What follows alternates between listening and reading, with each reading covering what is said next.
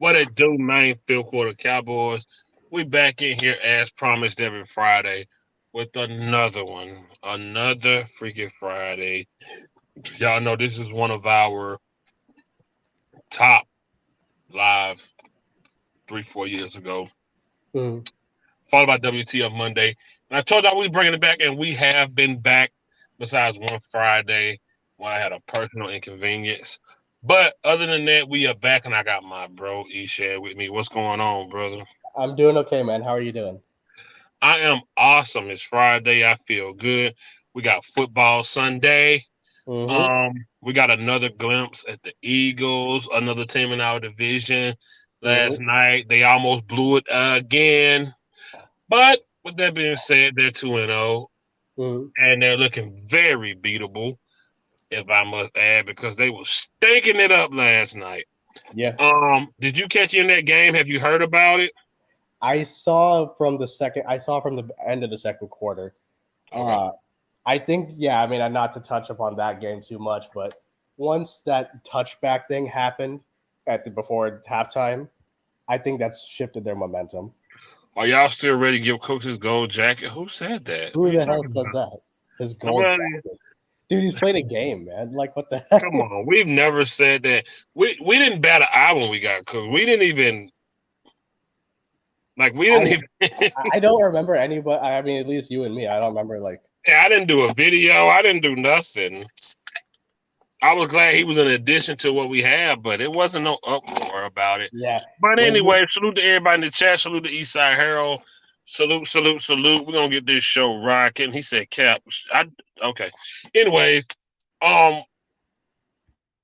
so the Cowboys. We have not Terrence Steele, Tyler Smith, who's doing a lot better this week. As Mhm, Eastside Harold mentioned, Brandon Cooks, he has the knee thing going on. mhm. Vikings running back Alexander Madison called out racial slurs directed to him on social media after the Oh loss shit. to the Okay. Eagles. Oh, that's unfortunate. Hey, it's the world we live in. Shit, imagine the less financially fortunate people that deal with it, Yeah. not on Right. social media in real life. In real life. Yeah. So Yeah. Yeah. Yeah. he's probably the millionaire that's getting called something online. It's hey, I look, didn't this is even what I know tell that. people. I understand social media bullying it is real, but you know what I tell them? Log off. Yeah. Yeah. Log off. Yeah. Bullying is trash, but log off. Anyways, so we got Tyler Smith with the injury he got. We got Terrence Steele. I keep saying Mhm. Terrence Steele. Brandon Cooks with the knee.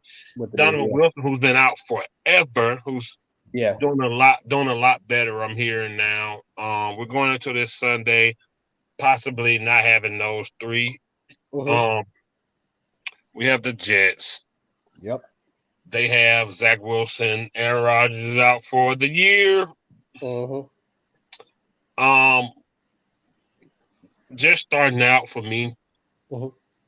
Tony Pollard had 2 touchdowns last week. He had a solid game coming off of the injury he came off of. Hmm. 2 touchdowns.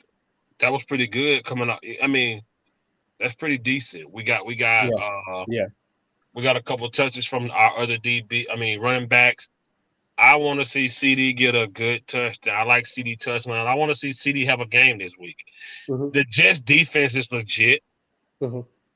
Our O line is going to have to play this week. Yeah.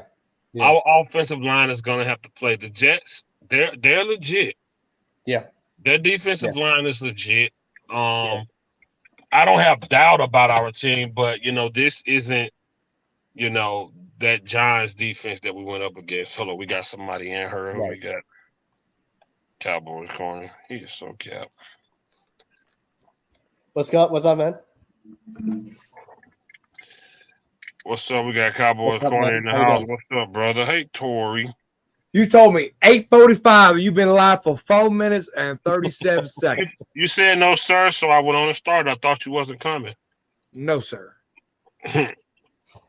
So, hey, What's up, EJ? Eastside Harold said, Cowboys corner. He said, Eastside Harold said, are y'all ready to give Brandon Cooks his gold jacket? We didn't rant or rave about Cooks. Nobody ever said that, though, man. At least we didn't. So, What did he say? Are y'all ready to give Brandon Cooks his gold jacket? See, Yeah. Eastside Harold is a former Dallas Cowboy fan. Uh-huh. He moved down to Houston, Texas, and became a Houston, Texas fan. I'm sorry. I know the Cowboys haven't won anything in 27 years, but I'm trying to figure out who the Houston Texans are. I'm trying to figure out how they are irrelevant, how their fan base is irrelevant. I'm sorry. Miss me with that. Go ahead. Ron the Don in the house. What's up? What's up, man? What's up, Ron Ron Smith. Ron the Don always showing up. Hey, Ron the Don. I went back and watched the video. I was watching a live screen. Me and Cowboys Corner did. And this was 2 houses ago. This was 2 houses ago. Not my previous house, but the house before that. This was so long ago. I probably was 40 That was pounds one of the lighter. Boondocks. That's a fact. And me and him was having a discussion, a back and forth about when DeMarcus Lawrence jumped up in that. He was helping out Terrence Crawford, not Terrence Crawford. What's his name? Tyrone Crawford. Tyrone Crawford. There was a fight at camp fight, and me and him was going back and forth. That's not how long ago this was. Uh-huh. And in that video, I was talking about him getting $20 million for 14 sacks. Mm. And Ron the Don, I remember seeing one of his comments. So salute to you for being around that long. That's salute awesome. to you.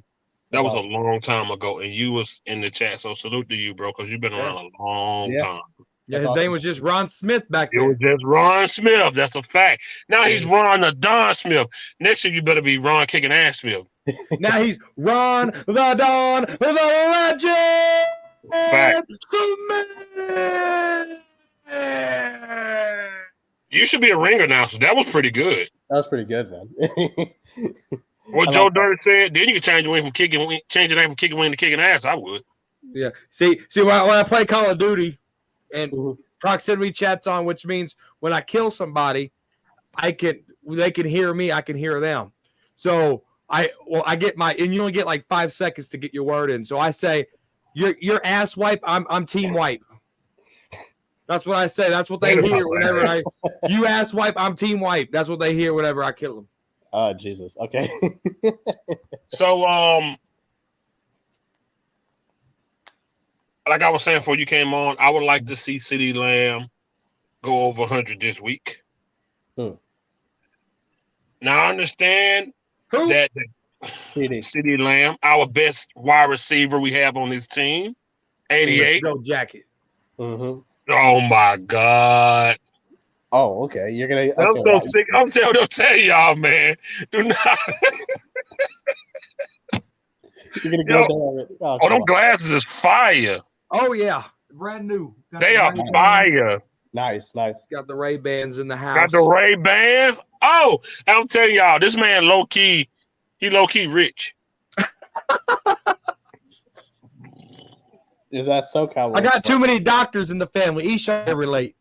Man, Mike is slick, racked up. I'm telling y'all. man, I'm the Cowboys corner. I'm gonna. He get been all the working offline since about like that. what, 14? I was mowing grass when I was 9 years old. This dude been working since 9. Independently. He's racked. Dude, You know that I'll thing you tell save you all your why. lunch money? He saved all his lunch money. I'll tell you why. This is why. I grew up very poor. Very poor. When I tell you, like when you watch the movies and the lights just turn off because like something scary is about to happen, right? Yeah. In our household, when the lights came off, it's because they turned off the fucking meter. All right. We were poor as fuck. Like there was one time Atmos Energy turned off our gas to our house and put a padlock on the meter because they didn't want my parents turning back on the gas. That's how Are you poor we were. serious? So when I was 9 years old, I had to go work to feed my brothers. All right. My younger brother. I had to go work at 9. I had to buy toilet paper for the house. I had to buy food for the crib. I had to go take him to go to Dollar Tree and go buy toys. 9, 10, 11. I used to cut this hair bar. Bless her heart. I don't remember her name. I used to cut her grass for $35. Back in the day, that was a lot of money. $35 used to cut her grass front and back. She used to cut my hair and my 2 brothers' hair on top of the $35. So there's certain people taught me certain things along the way. Yeah. Never give up. Always invest in yourself. No college experience, no college degree. I got a high school diploma, and that's all I need. Never doubt yourself. Now, if you want that college degree, shoot for the moon. Anything's possible. Anything is possible. Now, my kids, they haven't experienced shit. Not even an ounce, not even a breath of air of what I experienced as a kid. It's different generations, man, right? So, no, that's an awesome story for sure. Take that in stride. I've seen me and this man has been friends for so many. I watched his kids grow up. You did. I'm talking about he's watched my son grow up. Yep.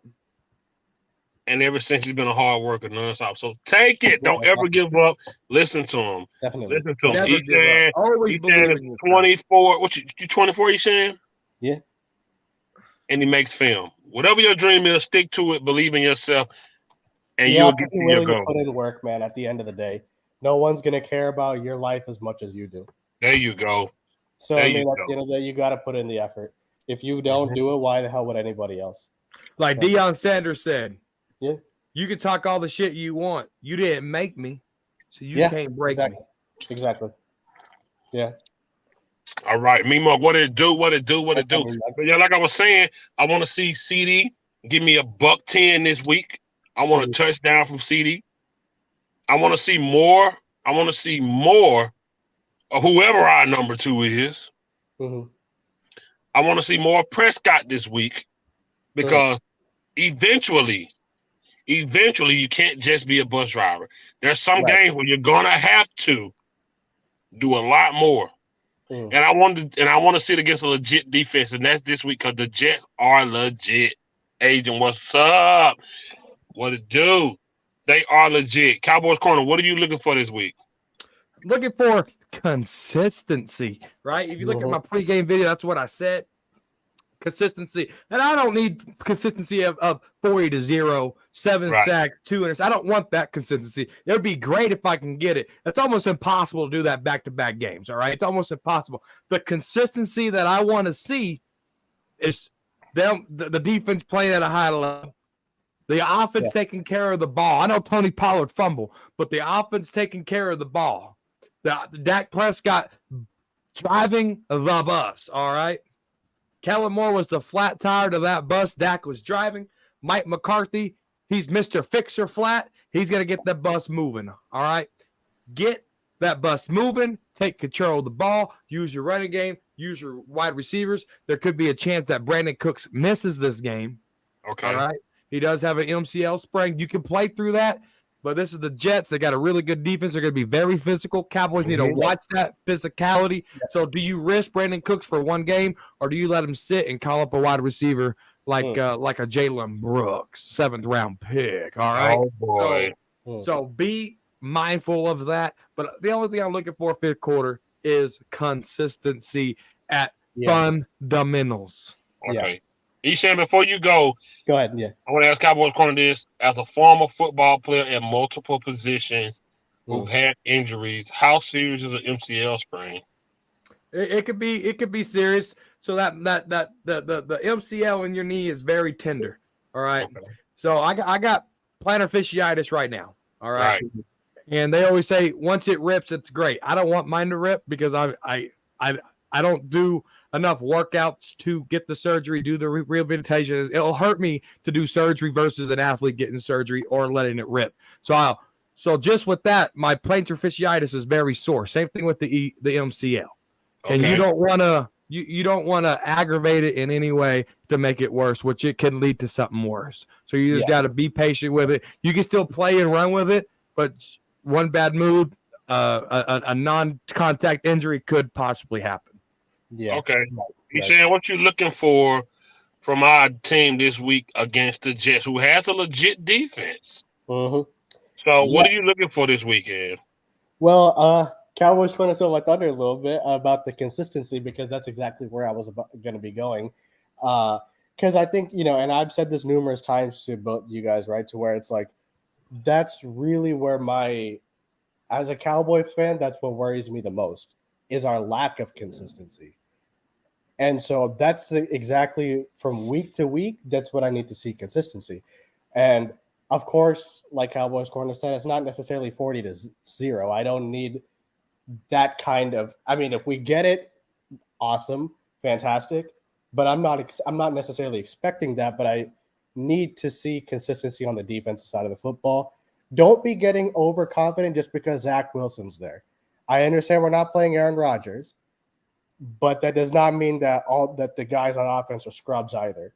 So let's not be getting like, oh, it's Zach Wilson, we can coast here and shit like that. Let's not go down that route because that can lead to the Denver 30-0.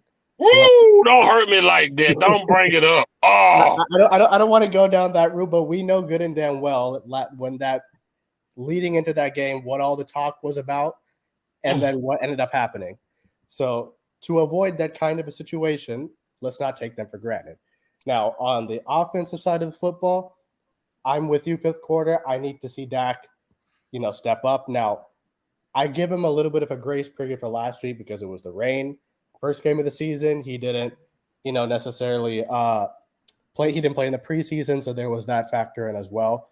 This week, it's our home stadium. There's not going to be any weather issues. You have a week under you. I don't want to see high balls, low balls, to quote a Cowboys corner phrase, throwing at fucking shoelaces. I don't want to see any of those kinds of things. I need to see consistent throws from Dak. I'm not expecting him to throw for 440, but right. Don't make any head scratching mistakes and be consistent with the ball placement is what I want to see from Dak. Now, as far as the rest of the offense is concerned, the same thing, consistency from everybody else.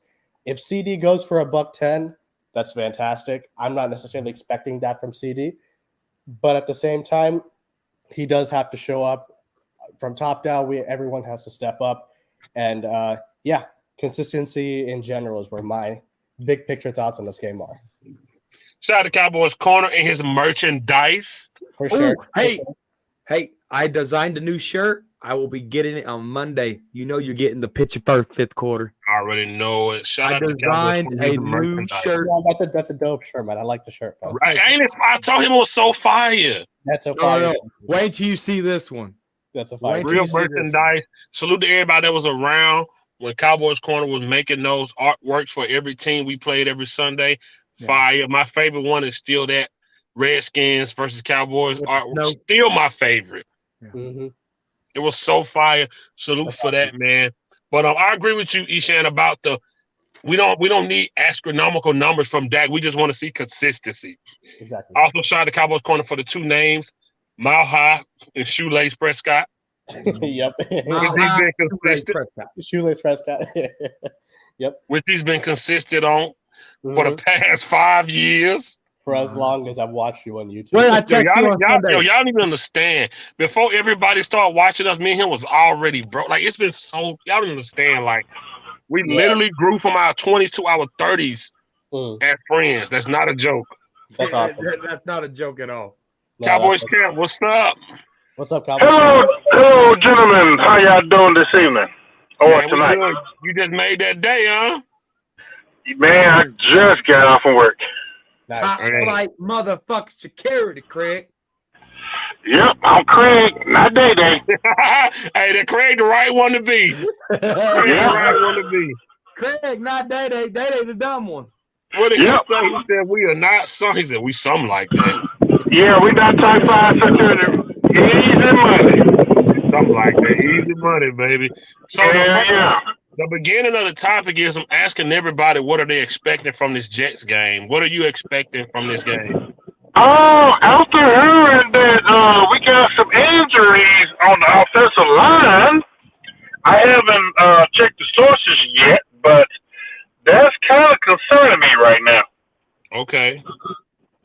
Because my concern is the plays where it required Dak to hold on the ball for, long yardage, especially if it's like third and long or second and long.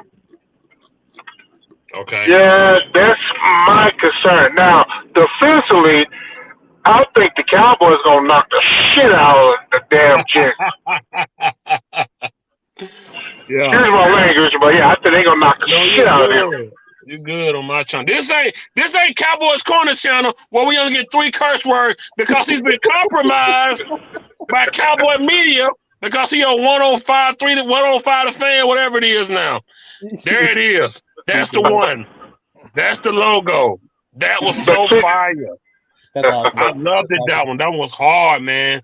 So 1980 in the house. 1980? What's up? You want the link, bro? What's up?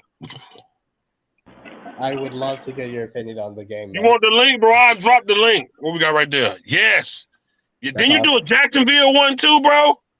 That's awesome. That's awesome. Here's But the Cowboys champ. So let me ask you this. I mentioned a point about this the week I want to see more from Prescott. Eshan made a good point. Like, we don't need astronomical numbers, but we just need to see more accurate throws. How do you want to see more from Prescott? Oh, he want the link. Okay. For sure. Yeah, you know what? I'll watch the Cowboys Corner. His last video, he said that he wants the Cowboys to blow out the Jets. I agree with him. I want the Cowboys to have long drives that will make the Jet defense so damn tired that when our defense come out, the Jets are going 3 and out, and the offense constantly scoring or just dominating. That's what I want to see. And really, I want Dak and McCarthy to definitely utilize more of our weapons, so that Dak don't have to think that he can put the offense on his shoulders. Okay. Cowboys Corner. When do you is this a game you want to see more from Dak, or you just want to get in and get out with a victory, or do you want Dak to do more so you can observe him and critique him for this season here? Fifth quarter. You must not listen very well. I said I want Dak Prescott to drive the bus. That's it. Oh, you did say that. Kellen Moore was a flat tire to the bus. Mike McCarthy could be some fixer flat. All right, and that's what I need. Crazy as me. I'm sorry, you did say that. I just want, man. I guess just for me, I want him to do so good, even though I have a high critique of him. And I don't care what nobody say. I was the first one on the round table to give Dak shit. The very first, number one. So let's get that right. But I do want him to succeed because he is our quarterback, and I want to see success from Dak. I want to see Dak to be able to go out there. Now, he did good. There were 2 passes that should have been touchdowns last week by tight ends, and a first down drop by Hendershot. And Hendershot about to get him out. Fuck him. He about to piss me off. Yeah. Cowboys face, what's up? So for me, I want to see Prescott. Okay, put it like this. This is what I want from Dak. If Dak can give me 280, 2 touchdowns, and we get a couple of rushing touchdowns, I'm fine. No INTs. Yep, 2. And a couple of rushing touchdowns, no interceptions. Dak get maybe 15, 20 yards of rushing himself. I'm cool. I want to see our $40 million quarterback put the NFL on notice again. I want them to say, oh, Dak looking good. Dak looking speedy again. Dak looking accurate finally. Like, I want to. They always say, oh, when Dak throwing the ball, we ain't worried about him. I'm tired of that notion. If we're going to win a Super Bowl, I don't want it just to be the defense. I want them to be afraid of our quarterback, too. You want it to be the defense. No, because like Michael Irvin said, defenses don't win Super Bowl. Turnover defenses win Super Bowl. So you can be good as hell, and you know for yourself, like you always said, that $200 million defense that the Giants had ain't shit. They didn't win nothing. But our defense ain't that defense. Eli Manning because their defense shut down Tom Brady. This defense is capable of bringing a trophy to Dallas on its own. I just need Prescott to bus drive. I don't know. I don't think you can bus drive through a whole season. Wait a minute, DJ. Okay, DJ. I got the perfect argument for you. 2 years ago, you remember when Diggs led the league in interception? That was a high turnover defense. What happened that year? We did not. Yeah. So I don't give a damn what Michael Irvin said. Defense wins championships, regardless if it's turnover or not, or the most sacks. If your defense, yeah, I want Dak to be the bus driver. Dak is not an elite quarterback. So my He thing is a bus driver.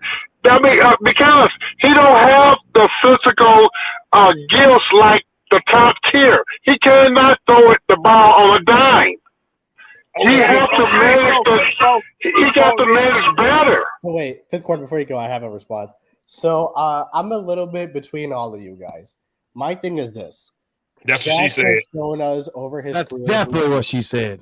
That's what she said. Go ahead.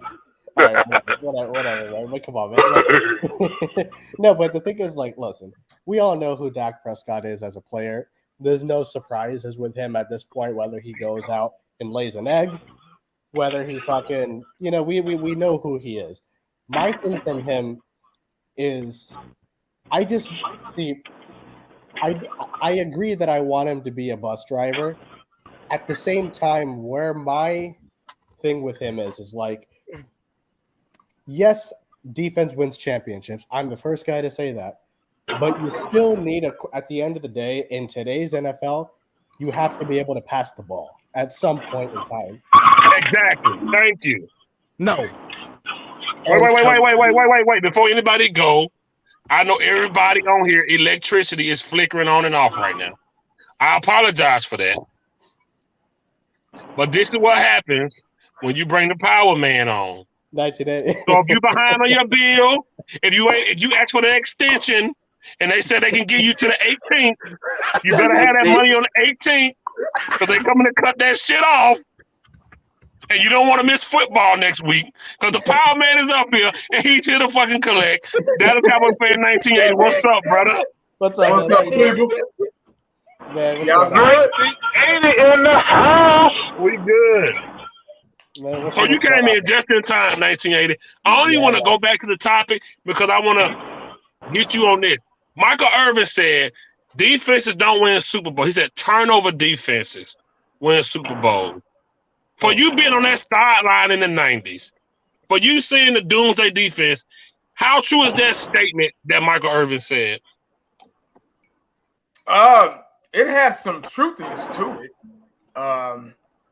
There's so many different ways you can look at it. I mean, defense does win championships. Turnover defense is even better. Being able to get the job done on defense, offensively too. If you can score on defense, that's even better. But there's pluses and minuses to that. Your defense better be in hell of a shape because guess what? If you score on defense, guess what the defense is going to have to do after we kick the ball off? Get back on defense. You know what I'm saying? So these guys better be well conditioned. You don't want to wear. I done seen this before. I done seen this a million times. We looked great last week. We looked great. Defense looked awesome. I would love to see that same intensity against other teams. Besides the Giants, obviously we all want that. But you don't want to wear them out either. So now this week, I think everybody is looking forward to seeing what the offense can do.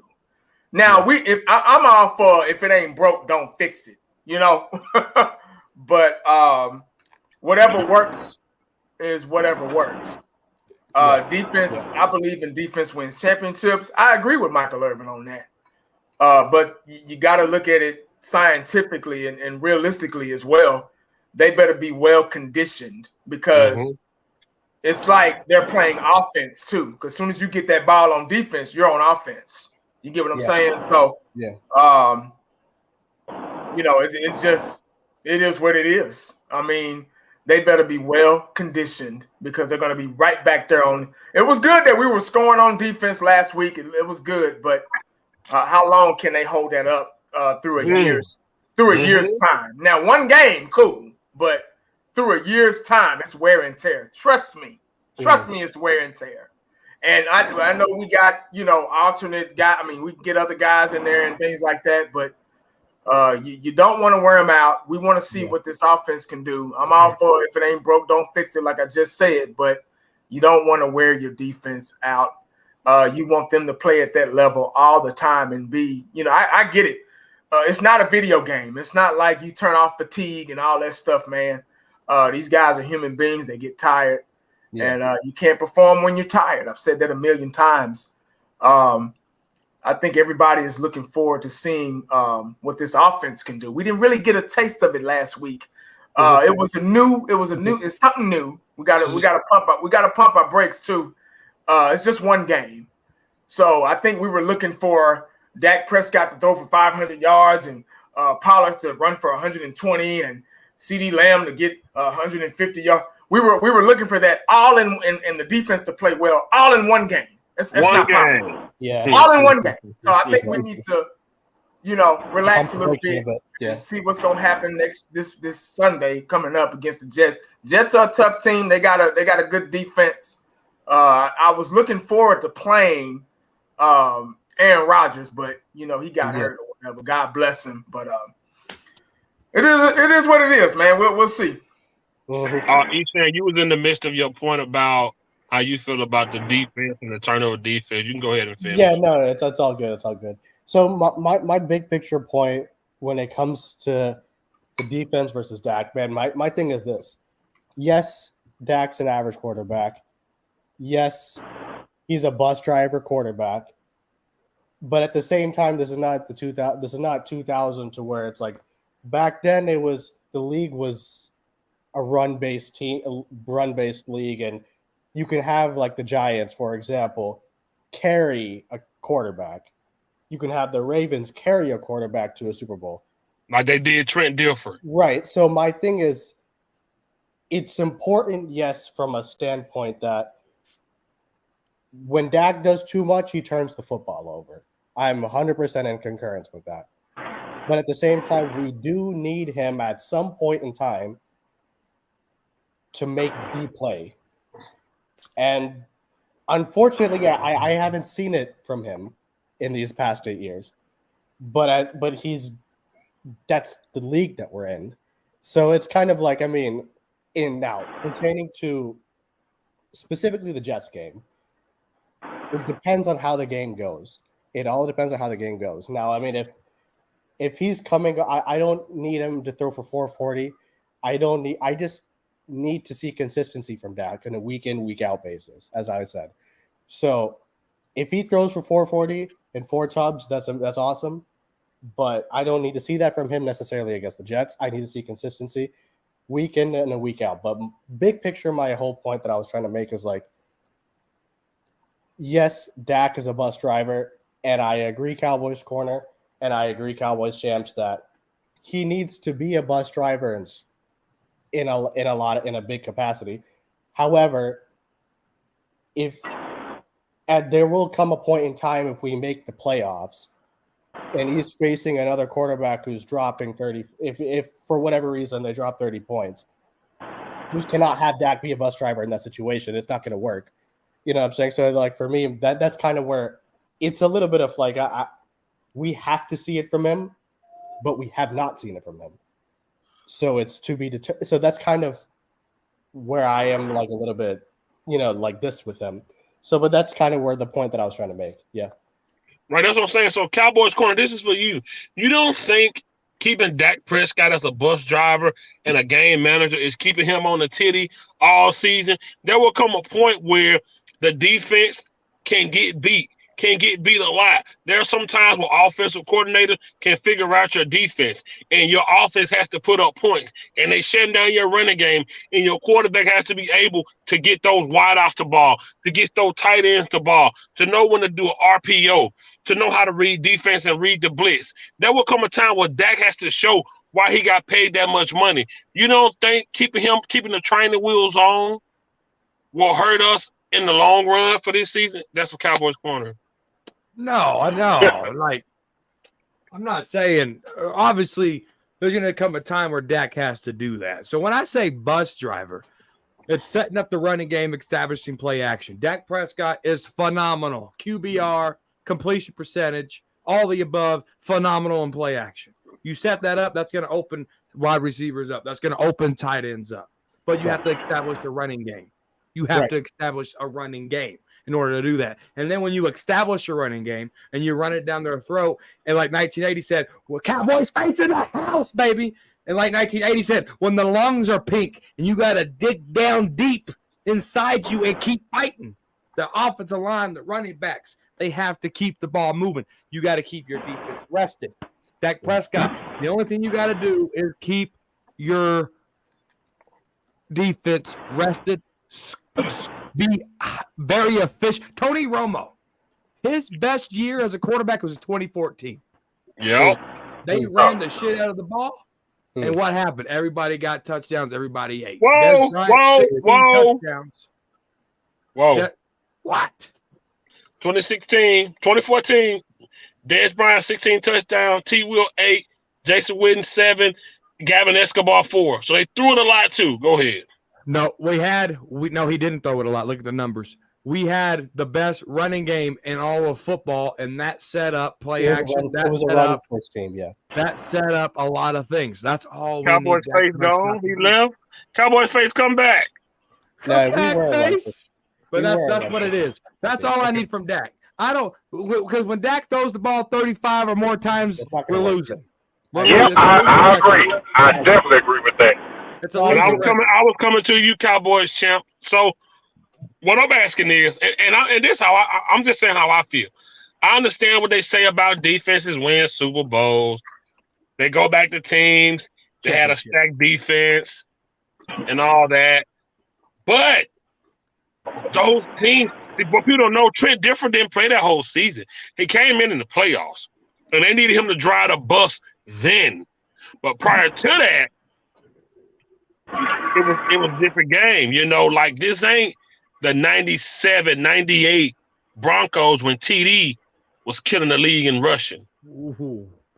When TD was, you guys who don't know that. When TD was eating them alive. Yeah. You know, this isn't that. Yeah. I feel like this is a passing game. Like Eshan said, like it's not back then when running backs was just, dude, in the 90s they was running wild, man. Emmett. The Detroit running back, I can never think his damn name.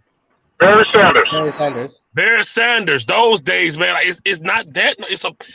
They got defensive ends that can just run as fast as anybody. Look at Michael Parsons.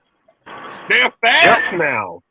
And I feel like it's a passing league, and I feel like your quarterback has to contribute more. I think we're thinking with the old school mentality. Nosy. I think we're thinking with the old school mentality. And I say that because Cowboys champ said Dak Prescott isn't with the elite guys. He isn't. I agree with that. Okay, but what I'm saying is in the past 5 years, there's only been 2 or 3 elite guys that has won. They put Josh Allen in there. He's been stinking it up. The elite guys haven't been doing it lately. In the past 5 years, you had Mahomes, you had Brady, and you had old boy that got one with the Rams. Other than that, it's been Mahomes and Brady's back to back. Yeah. So what I'm saying is that elite term, it really don't mean much. I feel like both sides of the ball have to coincide and coexist with each other in order to be successful. You know what I'm saying? I remember that year when they thought Barry Church and that other boy Jalen Ramsey was gonna tear it up over there in Jacksonville. That defense where they had Miles Jack and all those guys. They came to Dallas and we smoked their ass. They came to Dallas and we smoked them.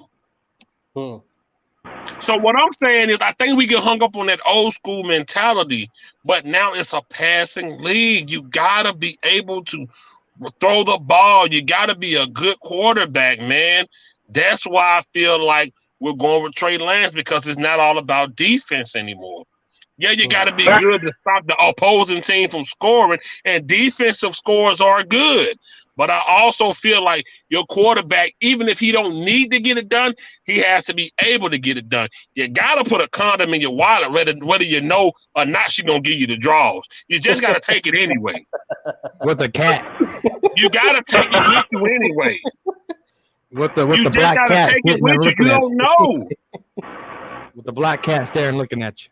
I'm just saying. Anybody else got anything on that topic before we move on? Okay, let me get my point across real quick. Go ahead. I still say Dak is a bus driver. And yes, you're correct. This is a passing league.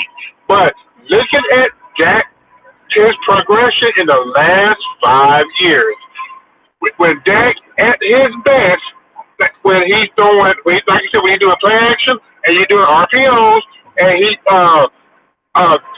dumping when he's doing the dink and dunk, that's at his best, especially when he's not holding on to the ball and trying to read defenses. That is Dak's weakness. When Dak hold on to the ball way too long, trying to read what the defender trying to do, that's when he messed up. My thing is, he has to do a better job in managing the playbook. And that's why I think that this Texas Coast offense will help him out. It should have been done. They should have changed the offense when McCarthy first got there. But you know who the general manager is, without saying, without getting into that. But I believe that the West Coast offense would have been better suited for Prescott if he would have been in the system earlier than this year. Okay, respectfully, Cowboys fans, this is your first time on here. What's up, man? What's up? How you doing? What's I ain't up, gonna lie, y'all? I didn't even know you had a face. I hardly ever get on live stream, but I was gonna say, man, I'm still in love with that old school mentality because, I mean, I'm not trying to go all the way back to 2016, but when Ezekiel Elliott, actually had that fresh legs, Dak Prescott was on fire because we had that great running game, and that's the time that we played best. I'm telling you, just give the rock to Tony Pollard, and keep the offense on the field, you know what I'm saying, and just constantly just move down the field and having that clock running and keeping the defense, the Cowboys defense fresh, because you don't want our defense to start getting tired when all of a sudden when the offense gets on the field and just starts pass, maybe score a touchdown, which is great, you know what I'm saying, that's points on the board, Right. or Dak throwing an interception or going 3 and out or whatever. I mean, like, I'm telling you, everybody is practically getting away from the running game.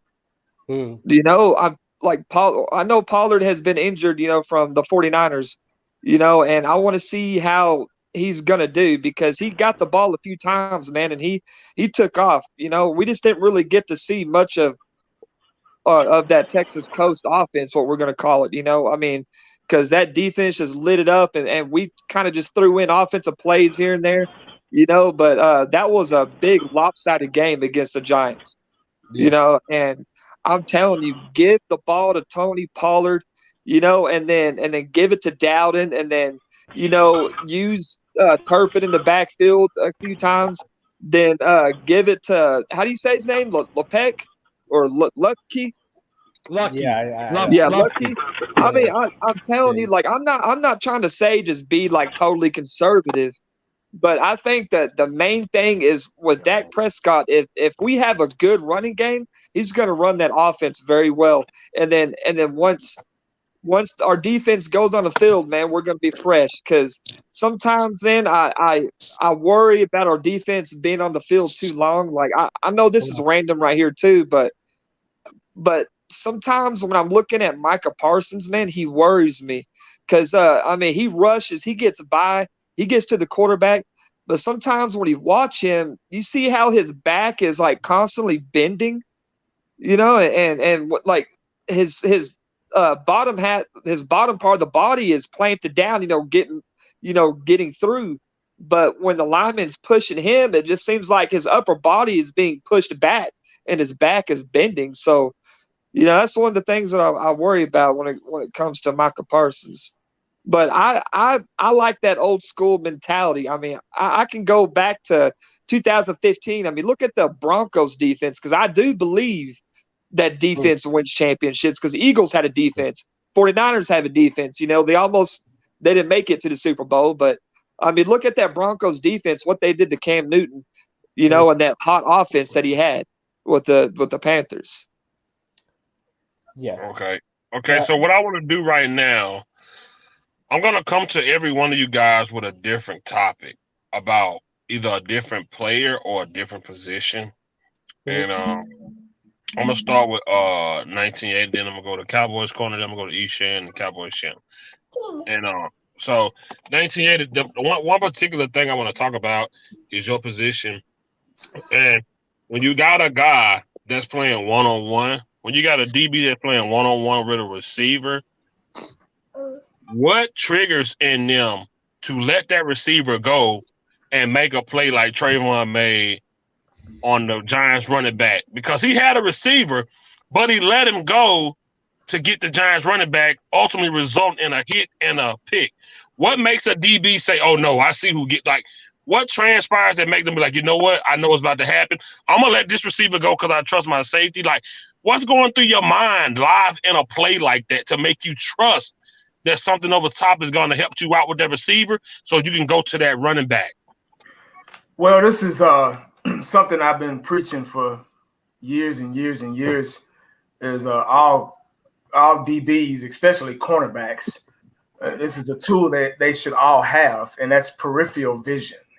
Okay. You just because you're guarding a receiver doesn't mean you can't look inside. You're taught, and this is back Pop Warner days, you're taught to keep your eyes inside. Even though you're guarding a receiver, you're man up and you're cover 0, cover 1. You have to keep your eyes inside. The receiver cannot get the ball until the quarterback throws it. You get what I'm saying? So you just have to keep that guy in your vicinity so you can make a play on the ball. Now, as long as you're keeping your eyes inside and that quarterback throws it out to the flats or whatever, you're able to make a play, whether if it's a play on the ball or you're able to come up and make a big stop, big hit. It's peripheral vision. That's easy. I mean, as long as you're keeping your eyes on your head on a swivel, keeping your eyes inside. It's called just like driving. It's like you get on the freeway. Just like you're looking straight ahead at the road, but you can see. Yeah. You can see from left to right. You get what I'm saying? So all cornerbacks don't have it. Trust me, they just don't. They're stupid. Okay. Some of them don't even look back. They don't even want. They so scared of getting beat. They don't even look inside to make a play. Whether if it's coming up and make a tackle in the flats or playing on the ball.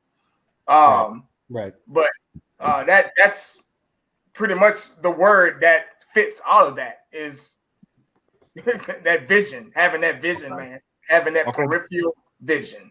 Okay, but when you let your receiver go before the quarterback even gets rid of the ball, trusting your safety. Is that just silent communication that you know your safety over top is going to pick up that guy?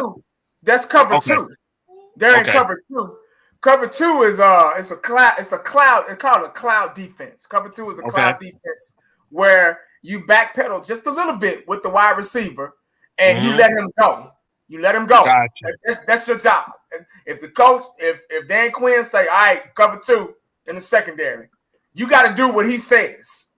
You got to do what he says, unless you're like Dion or somebody that can, sniff shit out. But they don't make players like that anymore. That's cover 2. Yeah. Cover 3 is just a straight back pedal. Cover 3, cover 4 is a straight back pedal. But cover 2 is seam the flats. You got seam the flats. You're like it's like a quarter defense. You backpedal like 5 yards, and then that's called a disguise. Almost it looks like you're in man, but you're not. You let him go. You let him go. Cover 2 is really for the run, so the secondary guys can come up and make a play. So the cornerbacks can come up and make a play because Dan Quinn can kind of sense he's up high, so he can kind of sense if it's a run play or not. So he'll call cover 2 for the secondary. Now cover 2 don't apply to anybody else but the secondary. You get what I'm saying? It don't apply to the linebackers. It don't apply to the linemen. They got their own jobs and assignments. Cover 2 is applied for the secondary, the cornerbacks and safeties. That's it. So they got to know. They got to be on the same page. They got to be in unison. They got to be in the same rhythm in order to make a play, whether if it's a pass to the flats or whether if it's a run play. Cover 2 is basically designed for a run play so the cornerbacks can assist the linebackers in making plays. I saw a lot of cover 2 last week against the Giants. So it was that's why our defense was so heat-seeking because Dan Quinn goes off speed. You can tell he's nothing but speed and ball hawking. That's all he's about, which is a good thing. You know what I'm saying? But it just depends on the situation. But what you're talking about, that's cover 2. He lets him go. That's his job. He has to let him go. Okay. Hopefully those safeties are good cover men and they can get, if anything's over the top, because it could be a play action that the safeties are back deep middle thirds just in case of play action. And they have to be back. You can't let them get behind you or it's a wrap. They got you. You get what I'm saying? So that's all. That's cover 2. Okay, that's a good explanation. That's what I was trying to understand because Diggs made that play with so much confidence. Yeah. And I just want to get your perspective on that. Yeah. So, Cowboys Corner, let me ask you a question. We went over this topic for years. Me and you went back and forth with Dez and Romo and T.O. and Romo and Witten. For you, Corner, what makes a good quarterback, and I'm talking about for our current team, quarterback, wide receiver connection, and have you seen it in the past few years with our quarterback and our receivers? I've only seen it in the last few weeks of the season with CeeDee Lamb and Dak. So CeeDee Lamb needs to be able to go out there, identify the defense. And Dak Prescott needs to go out there and identify the defense. CeeDee Lamb and Dak should be able to look at each other, do their little hand signals, and exactly what they're going to do. And Dak needs to know exactly where to place the ball. Back shoulder fade. There was one point. God, who was it?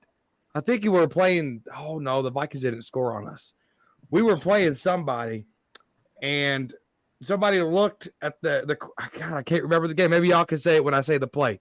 But it was the front pylon on the right side, and the wide receiver literally ran to the pylon, turned around, and the ball was right there. And all he had to do was just step into the end zone. That happened last year. I can't remember who it was.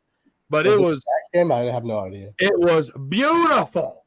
That is the communication that we need to see. Amari Cooper tried to tell Dak, hey, they're in this. I'm going to run this. And Dak Prescott said no. That's not how you get on the same page with your wide receiver.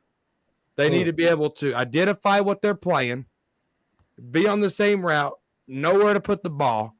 And we've seen that with Dak and CeeDee Lamb. We've seen it. And we just need to see it consistently. Like Tony Romo, the reason why he was so good at elevating guys, and you guys probably won't even know these names: Ovaltree, Crazy, God, there's so Sam Hurd, the cocaine thug. So many players where Tony Romo was like, Laurent Robinson. I bet y'all know who that is. All right. Yeah, he went. Yeah, because he got money, went to Jaguars. Because Tony Romo made him. Tony Romo was able to identify with his wide receivers where to put the ball, where to place the ball. Cole Beasley. That's Bryant, like Terrence Williams. Terrence Williams wasn't even the retired age yet, and nobody wanted because that's how good Tony Romo made Terrence Williams look. I need that from Dak with everybody. Yeah. And that's how you do it. Identifying what the defense is giving you and taking advantage of it. Romo, all right, Des, 50-50. I trust you. Boom. I don't think Dak will ever throw a 50-50 ball to any of his wide receivers. I don't. Okay, let me ask you this. Do you believe, and this is still in relation to our team, do you believe the notion, and Cal 19 or this old school, if the ball touches your hand, you got to catch. You got to catch. Do you believe in that? Yes, I do. It don't matter if the ball's high. If it can touch you, you have to catch it. You get paid. Defense, when they get interception, it's a bonus. The reason why they play defense because they can't catch. And Malik Hooker showed that on Sunday. All right. Oh. As a wide receiver, as a tight end, you're literally catching balls 365 days out of the year. That is your craft. That's what you get. You get paid millions of dollars to catch a football. And sometimes it ain't going to be right on the money. It ain't going to be between the numbers. It's going to be here. It's going to be there. Sometimes you got to be Michael Jordan in his prime to catch a football. All right. Well, that's just what it is. AKA climb the ladder. Climb the ladder. Okay, appreciate it. Eshan, let me ask you this. I know it's only been one game. But I gotta ask the question. Still. What's up? How are we looking without Zeke in the running game? Ooh. Don't answer it. Be careful.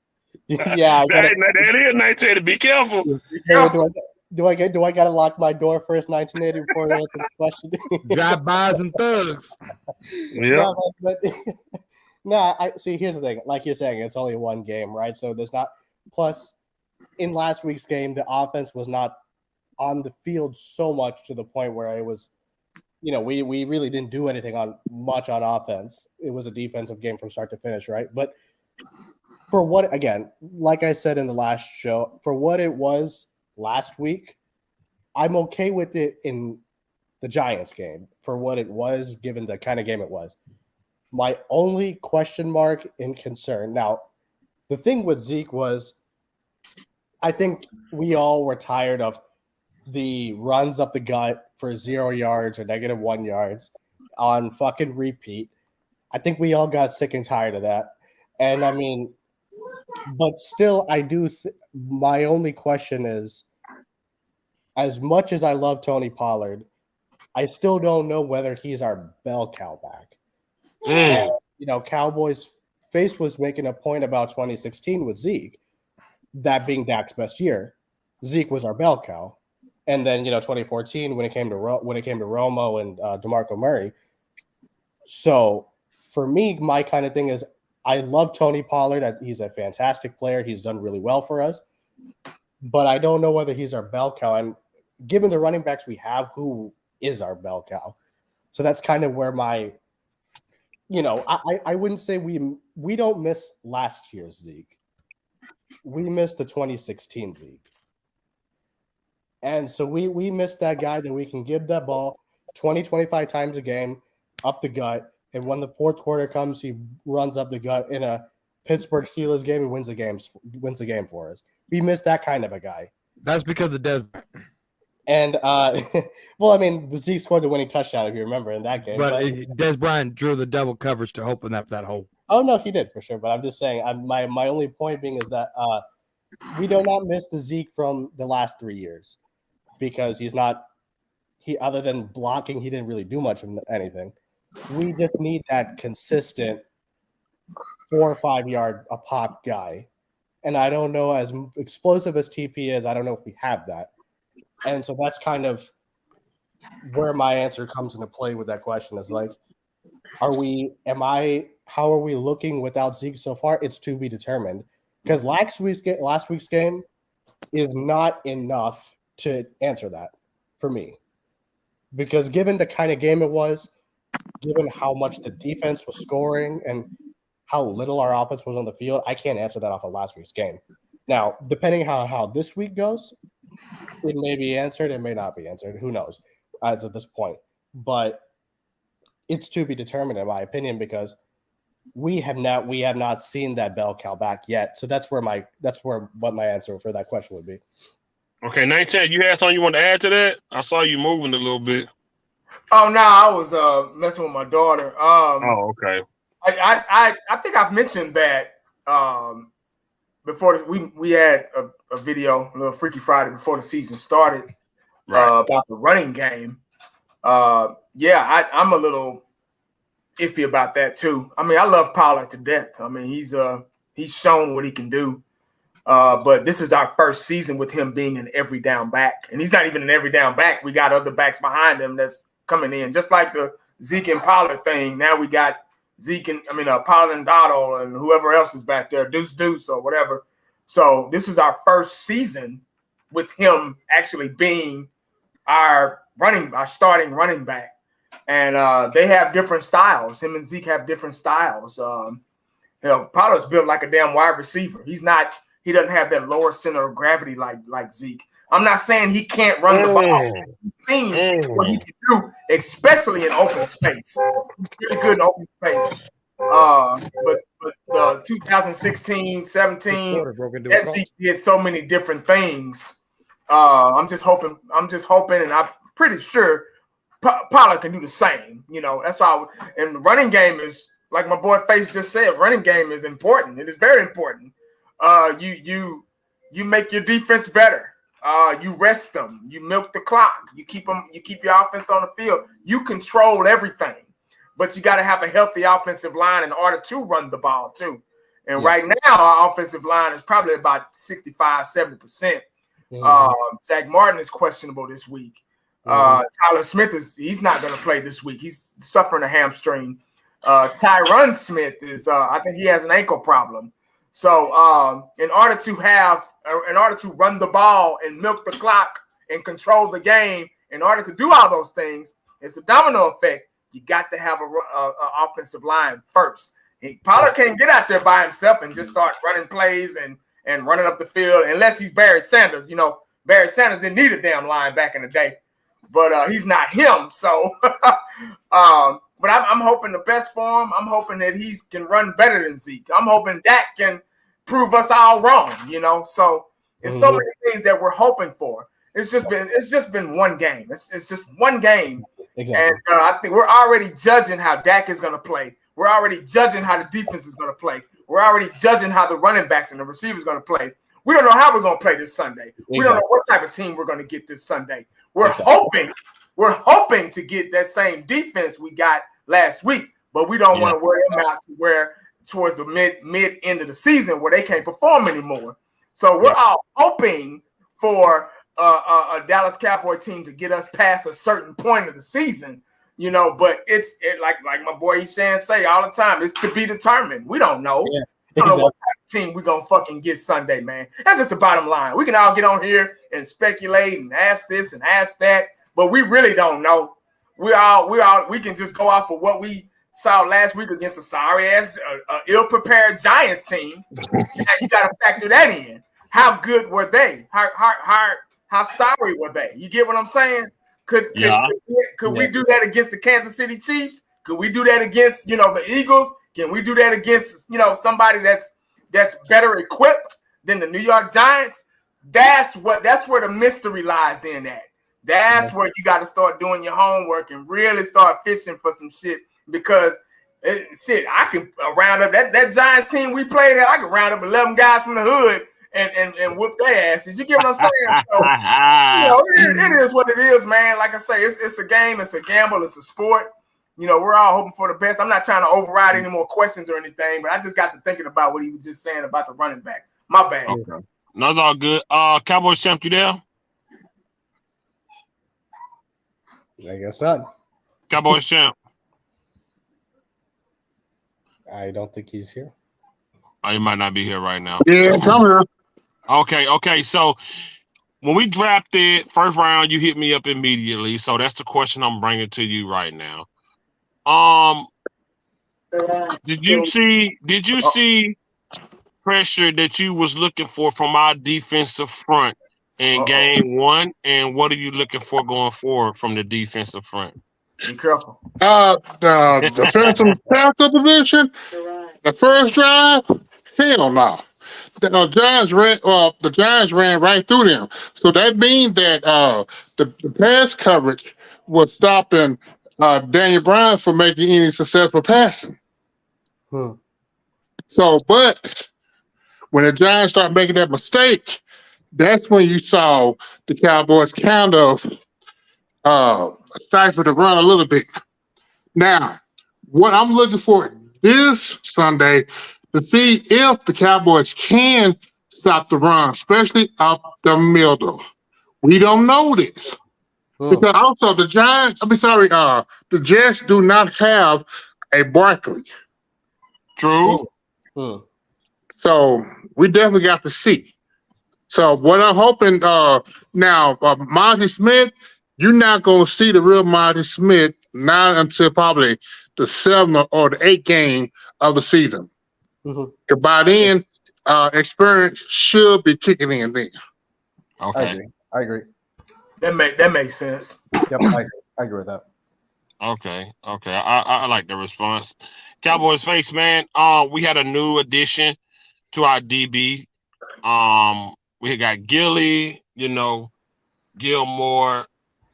How did you feel him and Trayvon fared in that first game? We pretty much didn't allow nothing. Are you liking this duo better than the Diggs and Anthony Brown, Gilly in the first pick?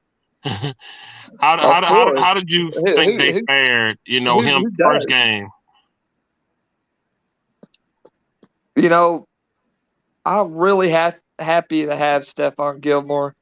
You got Malik Hooker, Trayvon Diggs. I mean, Trayvon Diggs he's playing. I mean, he got that bag, and what I love when players get paid. You know what I mean? They're still on that same level. Because you remember when Ezekiel Elliott got paid, he took a huge step back. I mean, it's just good to know that Trayvon Diggs got paid, and then bam, you know what I'm saying? He hit that receiver and made the ball come out. And I just, they made a lot of plays against the Giants because the Giants offense was always, they're trying to play catch up, trying to do something. So they didn't have no running game. So that's what gave all the DBs more plays. That's why we got to watch out for Dalvin Cook with the Jets. We don't know how he's gonna run. It's like as long as we stop the run, Trayvon Diggs, Stephon Gilmore, Malik Hooker, all of them, they're going to make plays. I mean, like this I cannot complain about this defense right now. This squad is I'm telling you, man, this is only week 2, but it's going to be so excited to see them because I'm telling you, as long as we stop the run, Saquon Barkley, he just ran a few times. Next thing you know, man, we took Saquon Barkley out of the game because the turnovers, a block, the blocked field goal, that Trayvon Diggs turnover. I mean, we go on and on. So Saquon Barkley wasn't really a part of anything. So we got to see how the running game goes. But if we stop that running game and Cowboys offense, scores points and we get ahead, our DBs are always going to make them plays. Yep. Okay. Hey, Cowboys corner, how big of a part is Micah Parsons to our other guys getting to the quarterback? How big of a role does he play in our other guys getting sacks? He is the role. Hey, Cowboys, are you going to the game this week, Cowboys face? Yes, I'm going to the game. Yeah, I thought so. I thought you said that in your video. No, he is the guy. All right. He's the reason why Dick Izua was able to get home. He's the reason why Dante Fowler was able to make noise. There was 7 sacks. And Micah Parsons was a big part of that. Micah Parsons is a big part of this defense. In the offseason, I see it on Twitter. It was a nasty, stinky, nasty, disgusting Eagle fan on Twitter talking about how if you take away Micah Parsons out of our defense. And I didn't agree with it. I didn't agree with it. You turn on the tape, with Micah Parsons on the sidelines, this defense still plays at a high level. But when Micah Parsons is on the field, like if God forbid Micah Parsons miss a couple of games, I think our defense is going to be okay.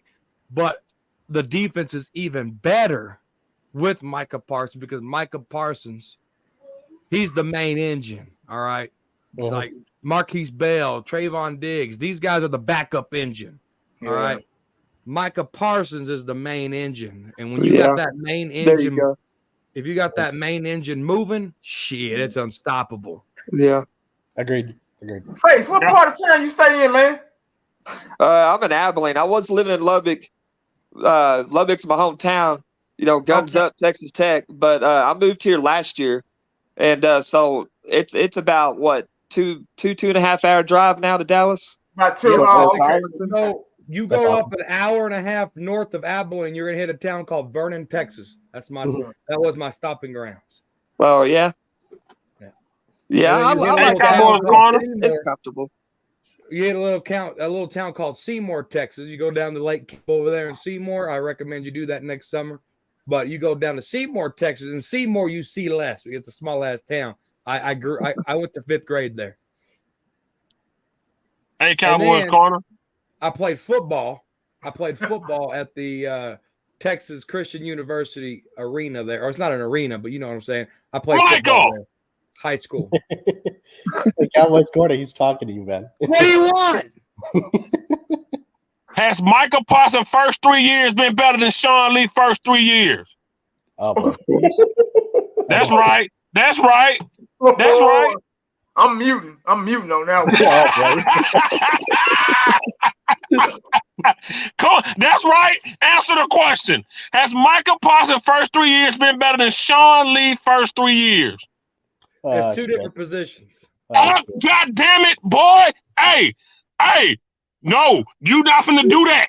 You not about to do that, right? No. You not about to do that. You know who get to move up at defensive end? The one that has mastered the position at the linebacker, Von Miller, Khalil Mack. Come on, bro. DeMarcus Lawrence started off at linebacker at Boise State. You know why Sean Lee couldn't move up? Because he ain't had the fucking agility. He couldn't move his hips. He ain't had the speed. He ain't had the smartness to do what Micah Parsons and Khalil Mack and Von Miller has done. That's why Micah Parsons can get drafted as a linebacker but get paid like a defensive end, because he's better than Sean Lee will ever be.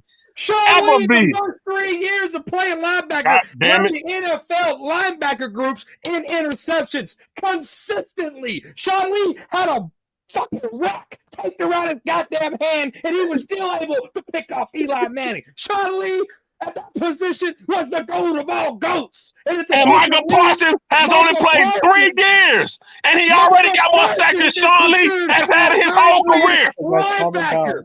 Sean Lee was Micah Parsons had, he doesn't get. He's not in. Talking. And Micah Parsons is a hybrid linebacker. Sean Lee, traditional. Micah Parsons, hybrid. That's bullshit. Things. You know why he's a hybrid? Because he's that damn good. And in 3 years, he's had more sacks than Sean Lee had in his whole injured ass career. His whole injured ass career. His whole injured ass career,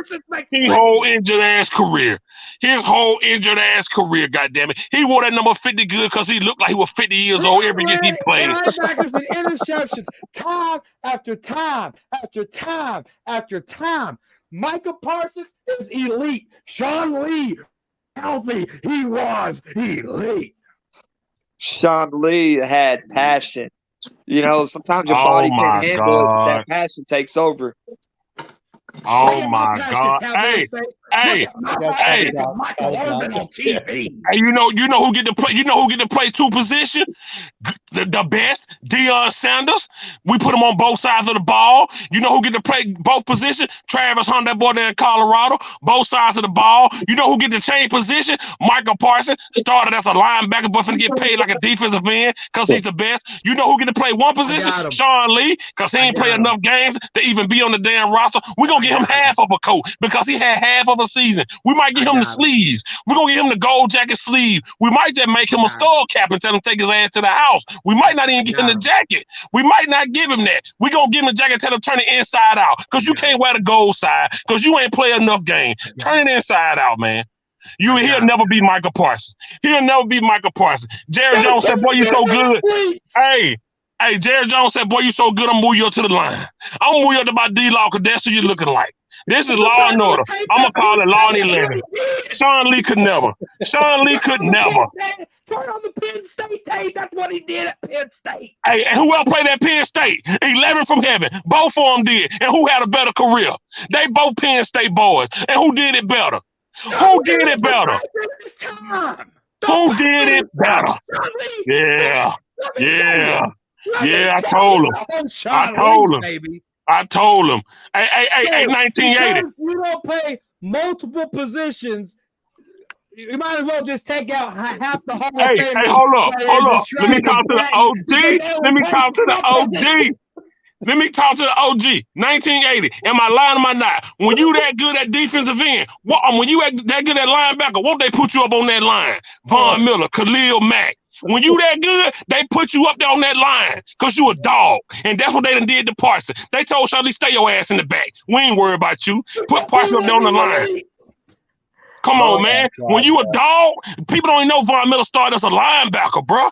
Khalil Mack started as a linebacker, bro. They was dogs. They said, man, you know what? We need you around that ball because this your job. This what you do.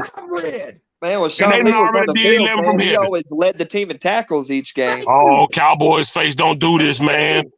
Don't do this, man. I'm telling you, when he was healthy, Cowboys face, don't do this, man. He has led the team in tackles. Hey, Cowboy face. Hey, Cowboy face, look. When me and my homeboy used to go out to the club, I talked to more girls in the club, but they got more numbers than me. So what does it mean? What does that matter? That means you ain't got enough games to be playing on that field. I talked to 20 girls on level 1 phone. Hey, I talked to 20 girls on level 1 number. They talked to 5 girls level 5 number. 100% complete. So he got more tackles.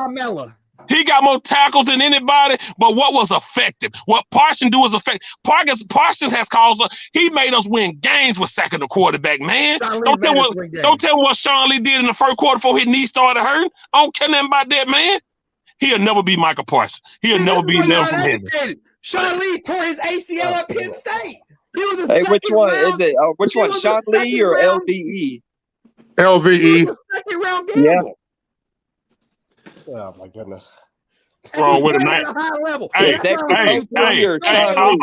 all I know, when you could be at lead at one position, and they said, boy, we're going to try you somewhere else. You in that Deion status then.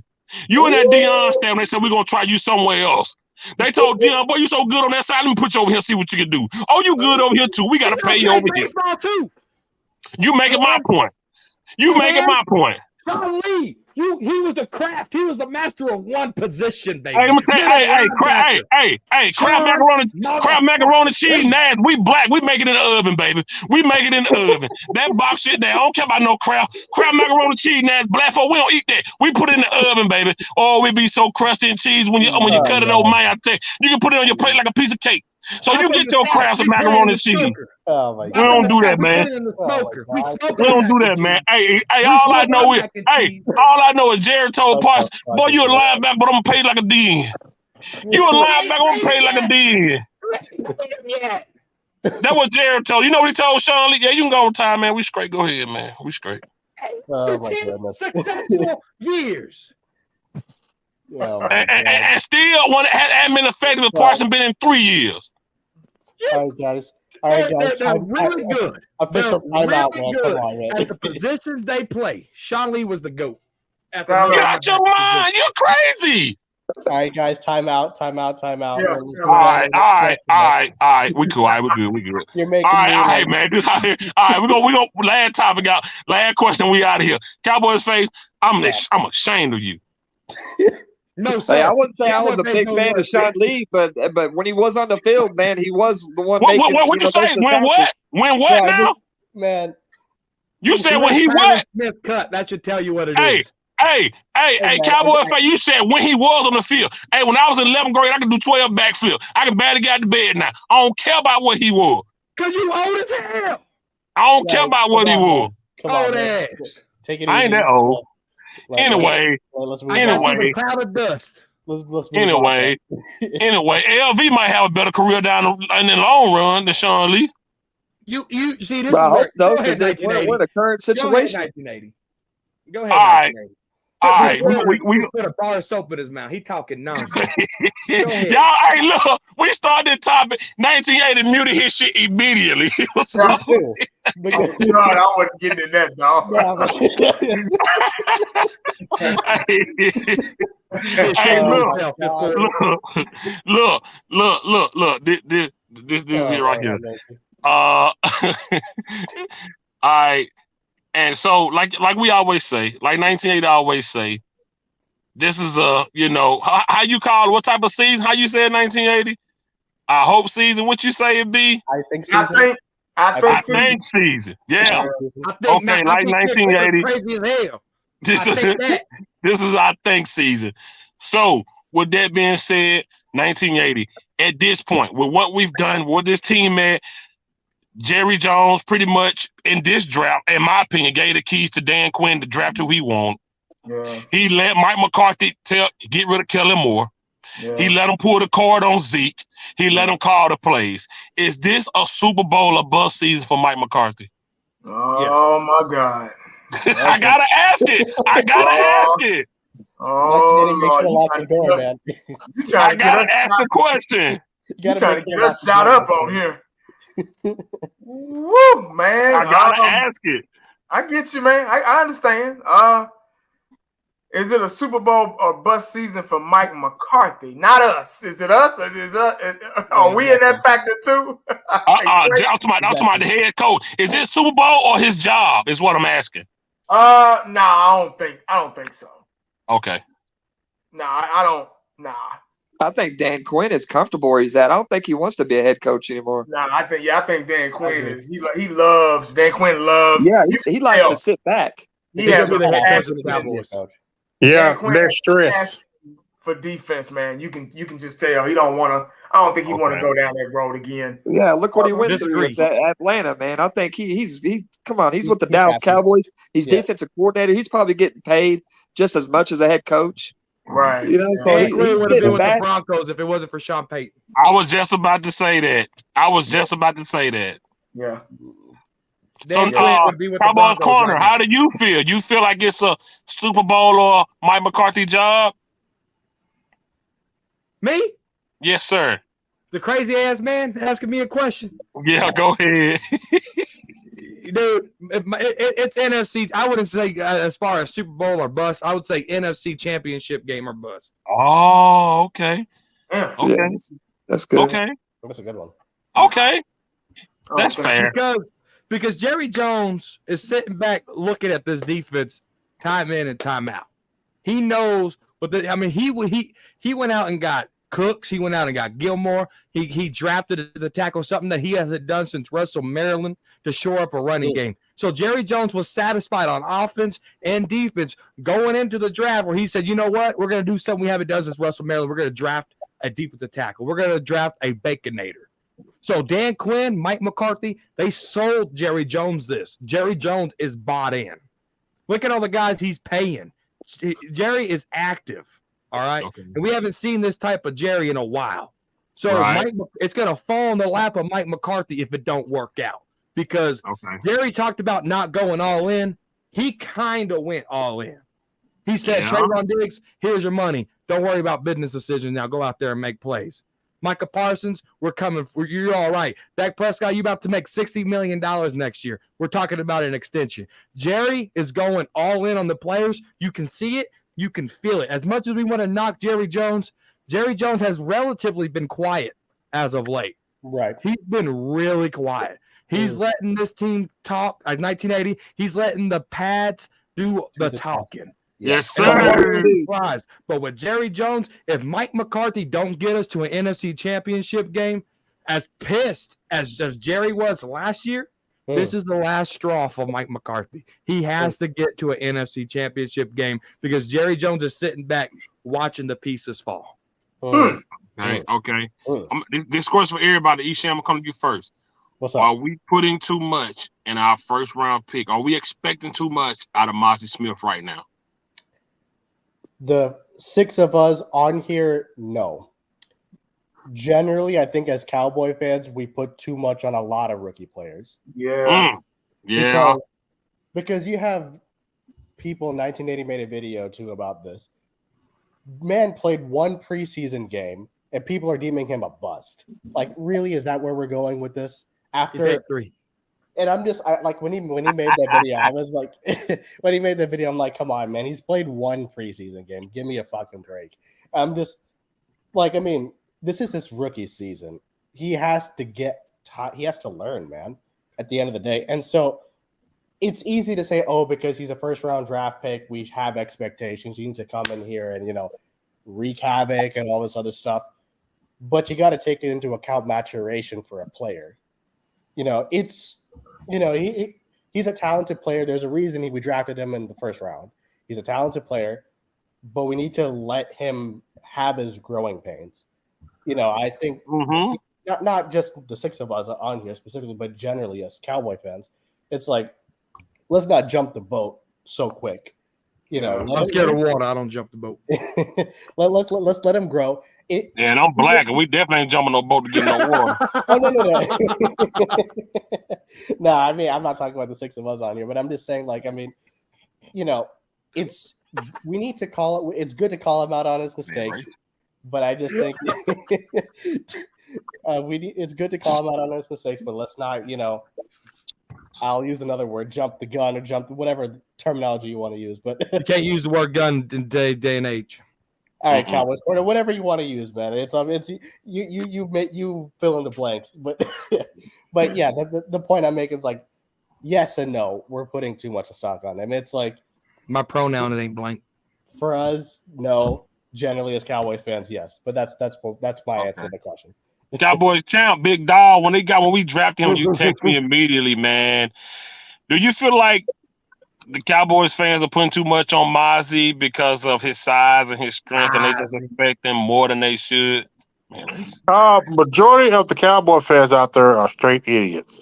They always put first round pick on a high pedestal.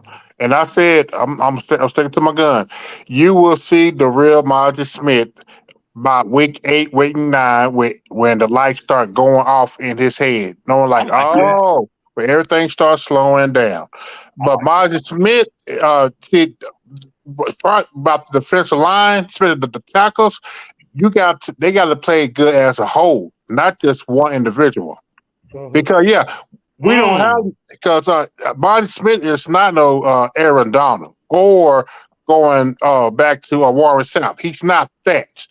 His job is to clog the middle, let the defensive ends and the linebackers and the safeties get through the holes to tackle the ball carrier.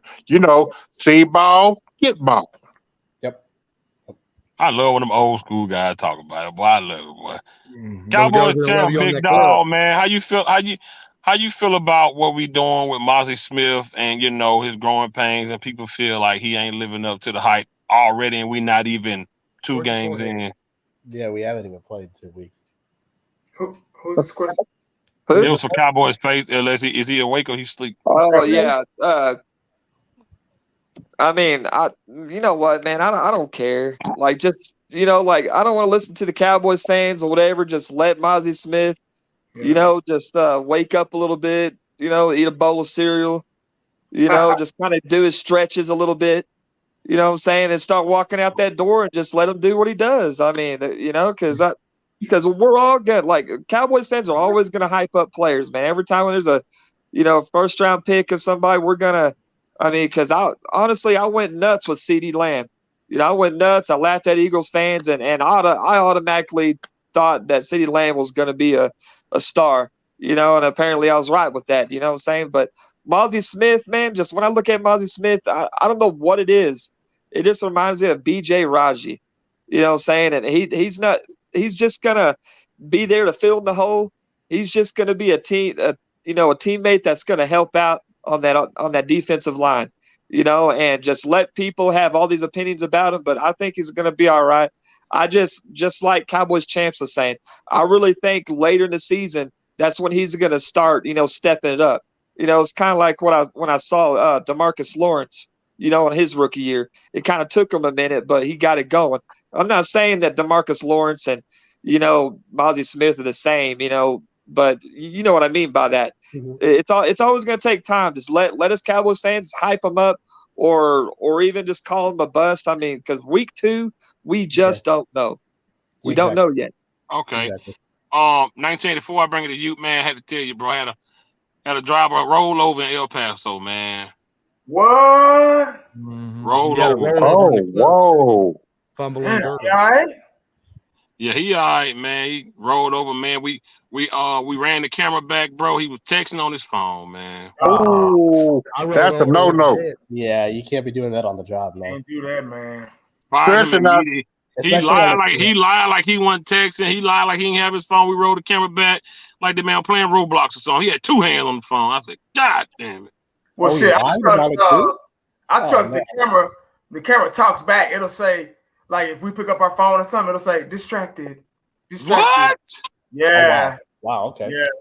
So you got AI in your truck now, huh? Yep.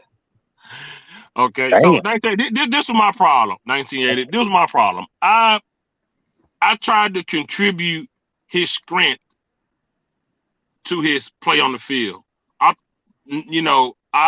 felt, well, he's strong. He's gonna push these guys back. It ain't gonna be nothing. That was my thing. So for you, being around the game long as you have,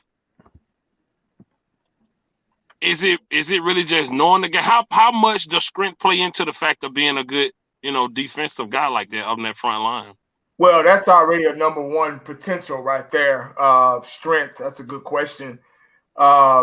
Strength is a good thing to have when you're playing a defensive tackle, because you're being double teamed damn near every play. And that's one thing we got to factor in too. This guy's taking on double teams almost every play. So what it seems like he's not doing, he's doing. I think right now, since we know he has the power, right now he just has to develop the technique. Once he gets that technique side. Now I wasn't big enough to be on a defensive line, but I worked with guys in my day, and once he developed that technique, the sky's the limit for him. My brother, he played. I know this is a different position, but he played right guard.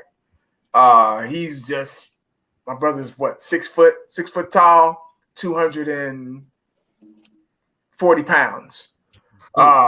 He was a strong guy, but my brother was like Mark Stepnoski. He wasn't that big, but he had good hand technique, and he was quick. So that's what Mazi Smith is going to have to learn, his technique. Once he gets that down, man, oh man, that dude there's going to be a beast. Now he's not designed, like I keep saying this. He's not designed to be a go after the quarterback type guy. He just doesn't have the quickness and agility. Right. He's designed, like Champ said, hell, I even said in my videos I made in the past about him, he's designed just to be a body, just to clog up. You get what I'm saying? He's just there to clog up holes. So it is difficult. It is difficult for the running back to run up the middle. Now, what happened last week, the first couple of series when the Giants was just boom, I don't know, but he still has to learn. It's just his first year, man. First year, first game.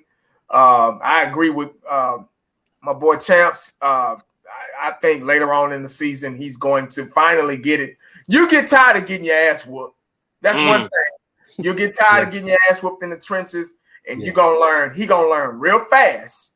If he getting tired, he'll learn. He'll get it. Because I know he probably getting tired of getting his butt whooped in there. Right now, he's getting his ass whooped. But that's a part of it. That's a part of it. You got to crawl. You got to fall before you learn. And if he doesn't fall, he'll never learn. So right now, he's falling. And he just got to learn to pick himself back up. And sometimes they don't pick themselves back up. That's true. That's true. Yeah. That is true. Man, that's true. Well, let's just hope he, Man, we need him to, bro. Especially dog like Cowboy Sheriff said on down the line. We're gonna need him to, get that experience and learn moves and different things about the smarts of it, and hopefully, man, it'll help us out. But salute to all y'all for coming through. We're gonna get out of here, man. See y'all Sunday. Peace. All right, guys, take care, man. See you. All right, Go Cowboys. yes, sir.